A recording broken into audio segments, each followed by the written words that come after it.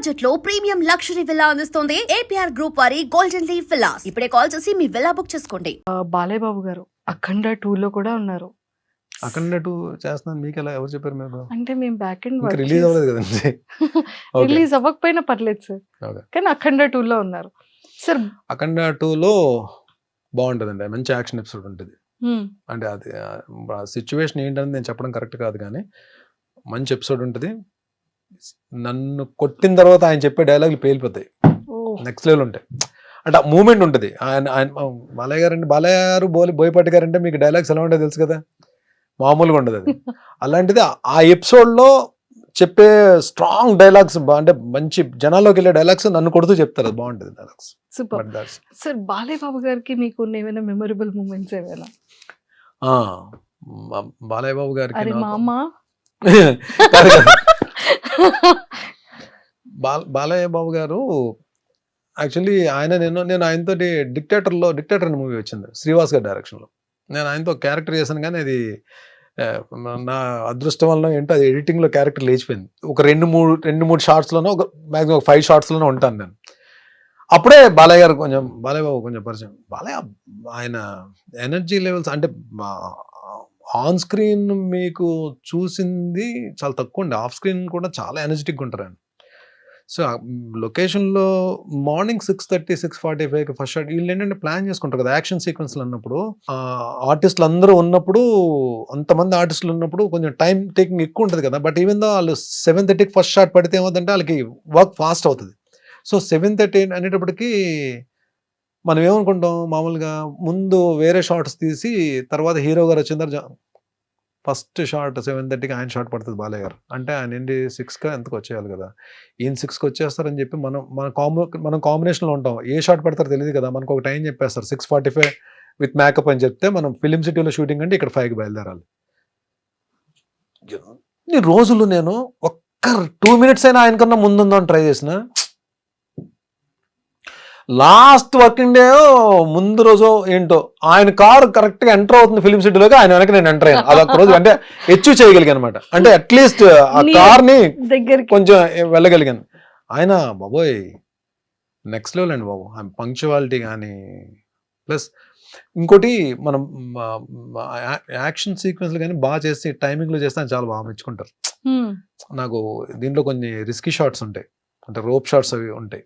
అది లక్కీగా ఏంటంటే అంతమంది మనకి ఎలా ఉంటుంది మన మైండ్ సెట్, అంతమంది ఆర్టిస్టులు వెయిట్ చేస్తున్నప్పుడు, ఇంత ప్రొడక్షన్ హౌస్, ఒక పక్క ఫైట్ మాస్టర్స్, ఒక 2 కెమెరాస్, వీళ్ళందరూ ఉన్నప్పుడు మనం ఒక సింగిల్ టేక్ చేయకపోతే మన గురించి అందరూ మళ్ళీ వెయిట్ చేయాలి. మనకు అది ఒకటి ఉంటుంది కదా మైండ్లో. లక్కీగా ఒక రిస్కీ షాట్ సింగిల్ టేక్లో అయిపోయింది, ఇమీడియట్గా బాగా అన్నారా. Super sir. అంటే ఒక యాక్టర్ కి ఇలాంటి నెగిటివ్ క్యారెక్టర్స్ వచ్చేటప్పుడు ఇది చెప్పడం మర్చిపోయాను. మనం యాక్షన్ సీక్వెన్సెస్లో అలాంటి రిస్కీ షాట్స్ మనం చెయ్యాలి. మనం కెమెరా ముందు నిలబడి డైలాగ్స్ చెప్పడం కూడా కాదండి. ఇప్పుడు ఈ రోజు రేపు మనకి అంటే ఆల్మోస్ట్ ఈవెన్ ఓటీటీ ప్లాట్ఫామ్ కానీ, ఈ మా బిగ్ స్క్రీన్స్ కానీ, పెద్ద హీరోస్ చేస్తున్నప్పుడు ఎక్కడో దగ్గర యాక్షన్ సీక్వెన్స్లో పడతాం మనం వెళ్ళి. సో కదా, ఈ యాక్షన్ సీక్వెన్స్లో పడినప్పుడు రిస్కీ షాట్స్ చేయడానికి మనం అమ్మో ఈ షాట్ నేను చేయలేను అన్నాం అనుకోండి, అక్కడ డూప్ని పెట్టి చేయించవచ్చేమో, కానీ నెక్స్ట్ మూవీ మళ్ళీ మనకు కాల్ రాదు. What it you have to risk that. అక్కడ రిస్క్ చేయాలి.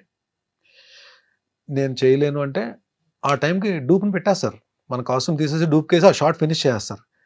కానీ అక్కడ ఏమవుతుంది నెక్స్ట్, బర్నీ వద్దులండి యాక్షన్ సీక్వెన్స్ 100కి మనోడు చేయలేనని చెప్పంటాడు. అది వెళ్ళిందంటే కరెక్ట్ కాదు. అది మనం రిస్క్ చేయాలి. ఆ రిస్క్ చేయాలంటే మనకు ఫస్ట్ ఉండాల్సింది ఏంటి, ఫిజికల్ ఫిట్నెస్ ఉంటే, మనం ఫిట్నెస్లో ఉంటే ఎలాంటి రిస్క్ షాట్ అయినా చేయడానికి మనకి ముందు చెప్పేస్తుంది. ఇది connection between heart and mind, ఇది గట్స్, దీన్ని జాగ్రత్తగా తీసుకెళ్ళరా అని చెప్పి ఆ టైమింగ్లో కానీ చేయగలిగితే మనం happily we can do. Super. కానీ ఆ రూఫ్ కట్టేటప్పుడు కానీ, ఆ ఫైటింగ్ సీక్వెన్సెస్లో కానీ ఎంత జాగ్రత్తగా ఉన్నా ఖచ్చితంగా చిన్న చిన్న దెబ్బలు 100% తగులుతాయండి. 100% సో మీకు అలా వెళ్ళి లారీని వెళ్ళి ఎక్కడో ఉంటుంది, లారీ ఆల్మోస్ట్ ఒక 40 feet దూరంలో ఉంటుంది. వెళ్ళి లారీకి వెళ్ళి గుద్దుకుంటే ఆ లారీ నిండా గన్నీ బ్యాగ్స్ ఉంటాయి, నాతో పాటు బ్యాగ్స్ అన్ని కింద పడతాయి. ఇది షార్ట్. ఇది షార్ట్ తేడా అయింది అనుకోండి, మళ్ళీ కిందకి పడిన గన్ని బ్యాగ్స్ అన్ని మళ్ళీ లారీ ఎక్కించాలి బా కదా. ఇక్కడ ఎంత వర్క్ కదా వీళ్ళకి, అంటే అది అలా వెళ్ళిపోతుంది ఫ్రేమ్ లో షార్ట్.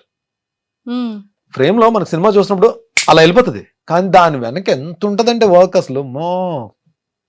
బ్లాస్ట్లు అవుతాయి పర్ఫెక్ట్ గా, మళ్ళీ నా ల్యాండింగ్ కూడా పర్ఫెక్ట్ గా ల్యాండ్ అవ్వాలి. ఏది దాన్ని తగులుకొని బ్యాగ్స్ అన్ని మీద పడుతున్నప్పుడు కూడా ల్యాండింగ్ కరెక్ట్ గా ల్యాండ్ అవ్వాలి, ఎక్స్ప్రెషన్ మిస్ అవ్వదు, పెయిన్ ఎక్స్ప్రెషన్ ఇవ్వాలి.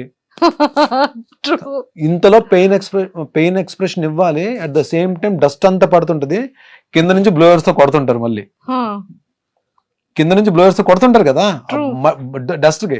ఆ డస్ట్ నోట్లోకి వెళ్తుంటది, ముక్కులోకి వెళ్తుంటది, కళ్ళలోకి వెళ్తుంటది. స్టిల్ ఇక్కడ అంటే ఈవెన్ మనం హీరోస్ నిజంగానే వాళ్ళు చేసే యాక్షన్ సీక్వెన్స్ మనకు అలా వెళ్ళిపోతాయి, కానీ ఫైట్ చేస్తారంటాం, కానీ రియల్లీ దే వర్క్ హార్డ్ అండి. రియల్లీ అంటే చాలా పేషెన్స్ ఉండాలి వాళ్ళు. నిజంగా మెగాస్టార్ గారు ఆ ఊరికనే మెగాస్టార్ అవుతారండి. అందరూ కూడా వెంకటేష్ గారు, పవర్ స్టార్ కానీ వీళ్ళందరూ కూడా, తారక్ వీళ్ళందరూ కూడా అంటే నిజంగానే వాళ్ళ పేషెన్స్ కానీ వాళ్ళంతా ఫోకస్డ్గా వర్క్ చేసే విధానం కానీ దే లవ్. అంటే ఇక్కడికి వచ్చిన తర్వాత మనం థియేటర్ చూసి క్లాప్స్ కొట్టి విజిల్స్ వేస్తాం, బట్ వెనక చాలా హార్డ్ వర్క్ ఉంటుంది. సో అందుకే మూవీస్ షూటింగ్ కూడా అంత డ్యూరేషన్ పడుతూ ఉంటుంది.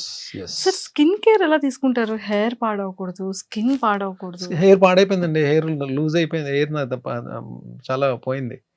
స్కిన్ కూడా ఏంటంటే నేను మేబీ నేను స్కిన్కి స్పెషల్గా నేను ఏం కేర్ ఏం తీసుకోవట్లేదు. మరి నేను అంటే మేబీ నా స్కిన్ కూడా పెద్ద సన్ స్క్రీన్ అవి ఏమో అంటే అంత పర్టికులర్గా నేను చేసే క్యారెక్టర్స్ అన్ని దెబ్బలు తగిలించుకునే క్యారెక్టర్లే కదా, పెద్ద గ్లామర్ పెద్ద ఏం అవసరం ఉండదు, పెద్ద మేకప్ కూడా వేయరు, వెళ్ళి వేస్తే మసి రాసేస్తారు ముఖానికి, లేదా బ్లడ్ ఏదో పడుతుంది. అంటే నేను ఇప్పుడు చేస్తున్న క్యారెక్టర్స్ అన్ని మూవీస్ లో అందరు హీరోల చేత దెబ్బలు తినే క్యారెక్టర్లే కదా మ్యాక్సిమం వస్తాయి. మంచి క్యారెక్టర్లు వచ్చినప్పుడు, గ్లామర్ ఓరియంటెడ్ క్యారెక్టర్స్ ఇంకేం వస్తాయిలేండి మనకి. ఒకవేళ వచ్చినప్పుడు చూద్దాం, నాకు కొంచెం అప్పుడు స్కిన్ కేర్ తీసుకుందాం. ప్రస్తుతానికైతే ఈ స్కిన్ ఒప్పుకున్నారు డైరెక్టర్లు అందరూ. సార్ సో ఇలా ఈ యాక్టింగ్ దాని గురించి పక్కకు పెడితే కొంచెం మళ్ళీ మనం పర్సనల్ గురించి మాట్లాడుకుందాం. ఇన్ని ఫిలిమ్స్ చేశారు కదా, ఎన్ని సీరియల్స్ చేశారు, మంచి అర్నింగ్ ఉన్న భరణి గారికి ఎందుకు ఏ రోజు అమౌంట్ని వెనక వేసుకోలేదు? దట్టు ఆ టైంలో పార్టీస్కి రెగ్యులర్గా వెళ్ళేవాళ్ళు, ఫ్రెండ్స్.